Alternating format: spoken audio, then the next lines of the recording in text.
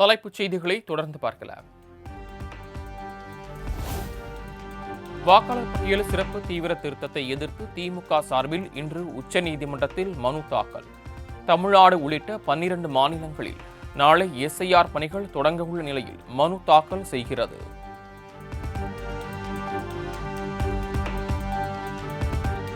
தமிழகம் உள்ளிட்ட 12 மாநிலங்கள் மற்றும் யூனியன் பிரதேசங்களில் நாளை முதல் வாக்காளர் பட்டியல் சிறப்பு தீவிர திருத்தத்திற்கான கணக்கெடுப்பு பணி தொடக்கம். டிசம்பர் 4ஆம் தேதி வரை வீடு வீடாக சென்று கணக்கெடுக்கும் பணி நடைபெறும் என தேர்தல் ஆணையம் அறிவிப்பு.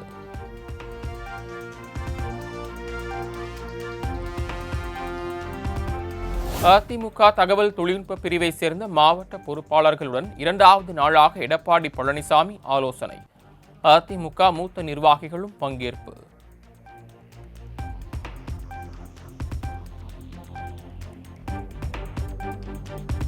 திமுகவில் மட்டுமல்ல, அதிமுகவிலும் குடும்ப அரசியல் உள்ளதாக அக்கட்சியிலிருந்து நீக்கப்பட்ட செங்கோட்டையன் அதிரடி கருத்து. தன்னையும் ஏமாற்றிக் கொண்டு மற்றவர்களையும் ஏமாற்றக்கூடாது என இபிஎஸ் மீது மறைமுக தாக்கு. திமுகவில் மட்டும் குடும்ப அரசியல் அல்ல, இன்று இவருடைய அரசியலும் மகன், மைத்துனர், மாப்பிள்ளை போன்றவர் தலையீடுகள் இருக்கிறது என்பது நாடறிந்த உண்மை. தன்னால் முடியாததை முடியும் என்று சொல்லி தன்னையும் ஏமாற்றிக் கொண்டு மற்றவர்களும் ஏமாற்றக்கூடாது என்பதுதான் தத்துவம்.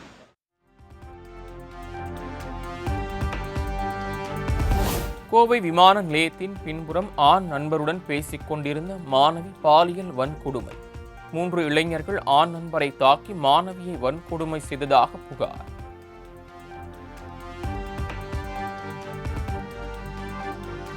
தமிழ்நாடு மற்றும் புதுச்சேரியில் இருந்து மீன்பிடிக்க சென்ற 35 மீனவர்களை கைது செய்தது இலங்கை கடற்படை.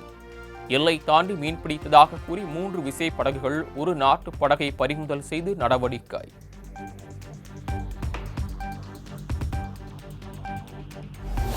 நாட்டில் சனாதன கொள்கையை அழிய விடாமல் பாதுகாப்பதில் ஆதீனங்கள் முக்கிய பங்கு வகிக்கிறது. டெங்கு, மலேரியாவுடன் ஒப்பிட்டு பேசினாலும் சனாதனத்தை அழிக்க முடியாது என ஆளுநர் ஆர்.என். ரவி திட்டவட்டார்.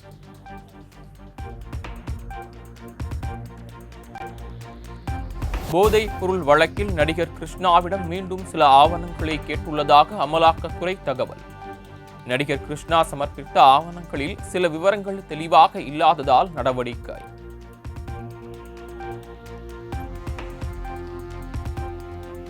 தெலுங்கானா மாநிலம் ரங்காரெட்டி மாவட்டத்தில் அரசு பேருந்து மீது டிப்பர் லாரி மோதி கோர விபத்து. 17 பேர் நிகழ்விடத்திலேயே உயிரிழப்பு, பலர் காயங்களுடன் மருத்துவமனையில் அனுமதி.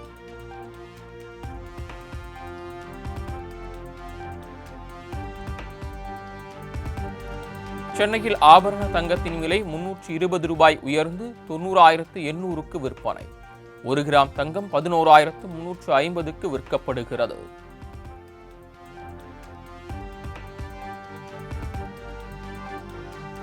ஐம்பது ஓவர் மகளிர் கிரிக்கெட் உலகக்கோப்பையை முதன்முறையாக வென்று வரலாறு படைத்தது இந்திய மகளிர் அணி. மும்பையில் நடைபெற்ற இறுதிப் போட்டியில் தென்னாப்பிரிக்காவை 52 ரன்கள் வித்தியாசத்தில் வீழ்த்தி சரித்திரம் படைத்த சிங்க பெண்கள்.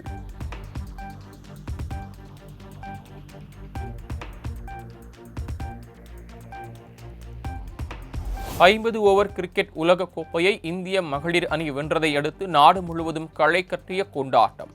பட்டாசுகள் வெடித்தும் ஆடி பாடியும் ஆரவாரம்.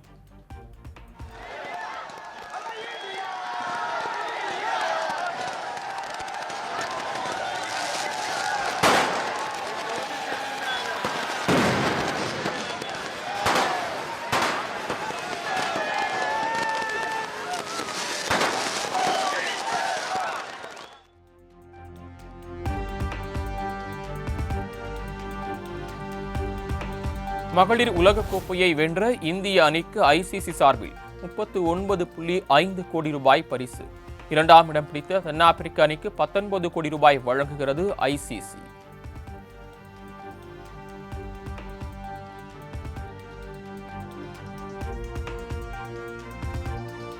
ஐம்பது ஓவர் கிரிக்கெட் உலகக்கோப்பையை வென்ற இந்திய மகளிர் அணிக்கு 51 கோடி ரூபாய் பரிசு. ஏற்கனவே அறிவித்தபடி பரிசுத் தொகையை வழங்குகிறது இந்திய கிரிக்கெட் கட்டுப்பாட்டு வாரியம்.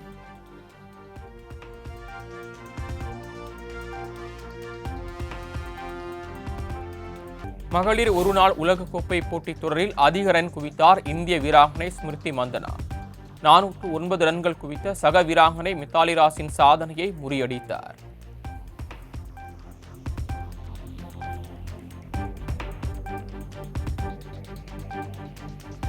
உலகக்கோப்பையை வென்ற இந்திய மகளிர் அணிக்கு பிரதமர் நரேந்திர மோடி வாழ்த்து. முழு தொடரிலும் இந்திய வீராங்கனைகளின் ஒருமித்த உழைப்பு சிறப்பாக பிரதிபலிப்பதாக நிகழ்ச்சி.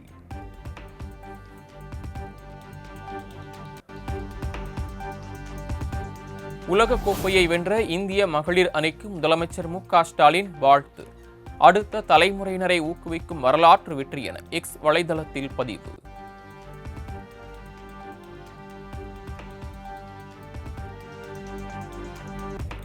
கோடநாடு விவகாரத்தில் திண்டுக்கல் சீனிவாசன் அவரது ஆசையை வெளிப்படுத்தியுள்ளார் என டிடிவி தினகரன் விமர்சனம். ஆர்கே நகர் இடைத்தேர்தலின் போது என்னை புகழ்ந்து பேசிய எடப்பாடி பழனிசாமி பின்னர் கட்சியிலிருந்து நீக்கியதாகவும் சாடல்.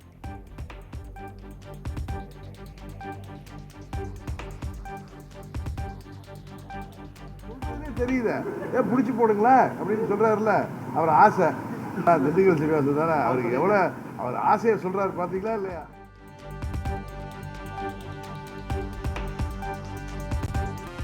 பீகார் மாநிலம் பாட்னாவில் கையில் தாமரை சின்னத்துடன் பிரதமர் Narendra Modi road show.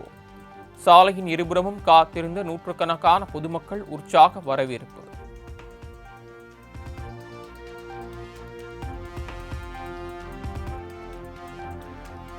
India கூட்டணியில் முதலமைச்சர் வேட்பாளர் பதவியை ராஷ்டிரிய ஜனதா தளம் கட்சி துப்பாக்கி முனையில் பறித்துக் கொண்டதாக பிரதமர் மோடி விமர்சனம். முதலமைச்சர் வேட்பாளராக தேஜஸ்வி யாதவை காங்கிரஸ் கட்சி ஏற்றுக்கொள்ளவில்லை என்றும் பீகார் பிரச்சார கூட்டத்தில் பேச்சு.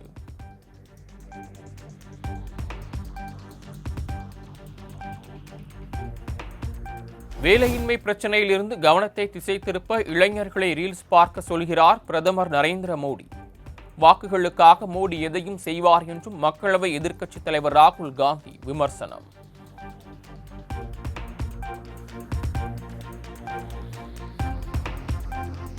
பீகாரில் பாரம்பரிய முறைப்படி மீன்பிடித்த மக்களவை எதிர்க்கட்சித் தலைவர் ராகுல் காந்தி. மீன்பிடி வலை வீசியும் நீச்சல் அடித்தும் மீனவர்களிடம் வாக்கு சேகரித்தார்.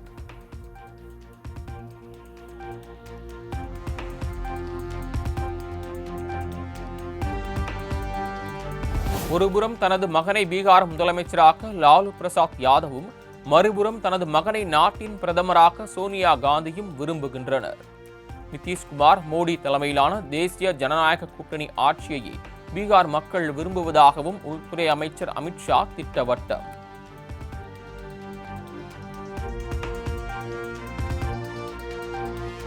கைது நடவடிக்கைகளுக்காக ஒருபோதும் அஞ்சுபவன் நான் அல்ல.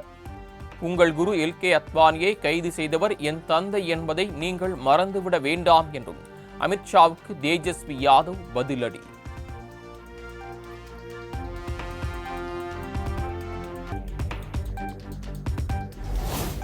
பீகாரில் ராஷ்டிரிய ஜனதா தளம் தலைமையிலான ஆட்சியில் கல்வி, சாலை மற்றும் மின் விநியோகம் இல்லாமல் மக்கள் பாதிப்பு. கடந்த காலத்தில் குற்ற சம்பவங்கள் அதிக அளவில் அரங்கேறியதாகவும் பிரச்சார கூட்டத்தில் முதலமைச்சர் நிதிஷ்குமார் குற்றச்சாட்டு.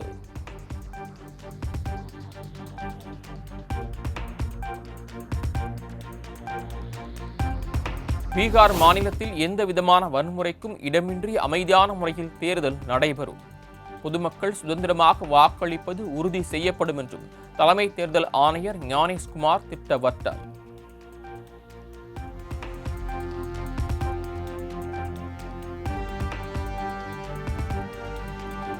அனில் அம்பானி குழுமத்திற்கு சொந்தமான 3084 கோடி சொத்துக்களை முடக்கியது அமலாக்கத்துறை. சட்டவிரோத பண பரிவர்த்தனை நடந்ததாக எழுந்த குற்றச்சாட்டை அடுத்து நடவடிக்கை.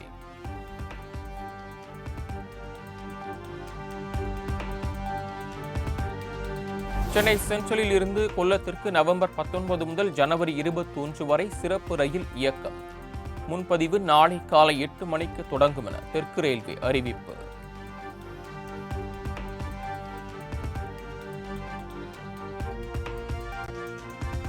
சதீஷ் தவான் விண்வெளி ஆய்வு மையத்திலிருந்து வெற்றிகரமாக விண்ணில் பாய்ந்தது பாகுபலி ராக்கெட். இஸ்ரோ விஞ்ஞானிகள் கைகளை தட்டி உற்சாகம்.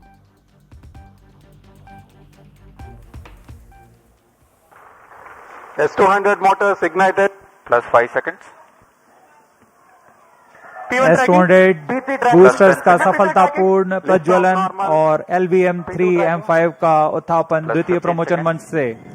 We have a magnificent liftoff, the LVM-3M5 CMS-03 mission in the air.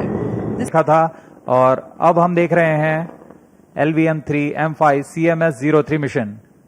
A clear Sriharikota sky and the LVM-3 silhouette. Sharwan is in main Thrill auto. and satisfaction together at the counter.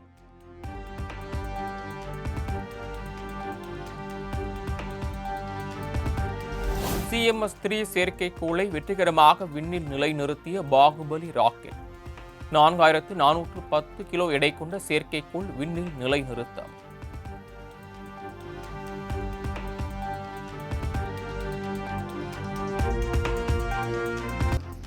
கென்யாவின் rift வேலி மாகாணத்தில் கனமழையால் நிலச்சரிவு ஏற்பட்டதில் 21 பேர் உயிரிழப்பு.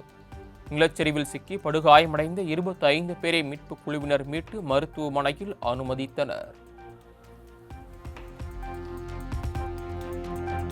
ஆஸ்திரேலியாவுக்கு எதிரான 3வது T20 cricket போட்டியில் இந்திய அணி அபார வெற்றி. 5 விக்கெட் வித்தியாசத்தில் வீழ்த்தி அசத்தல்.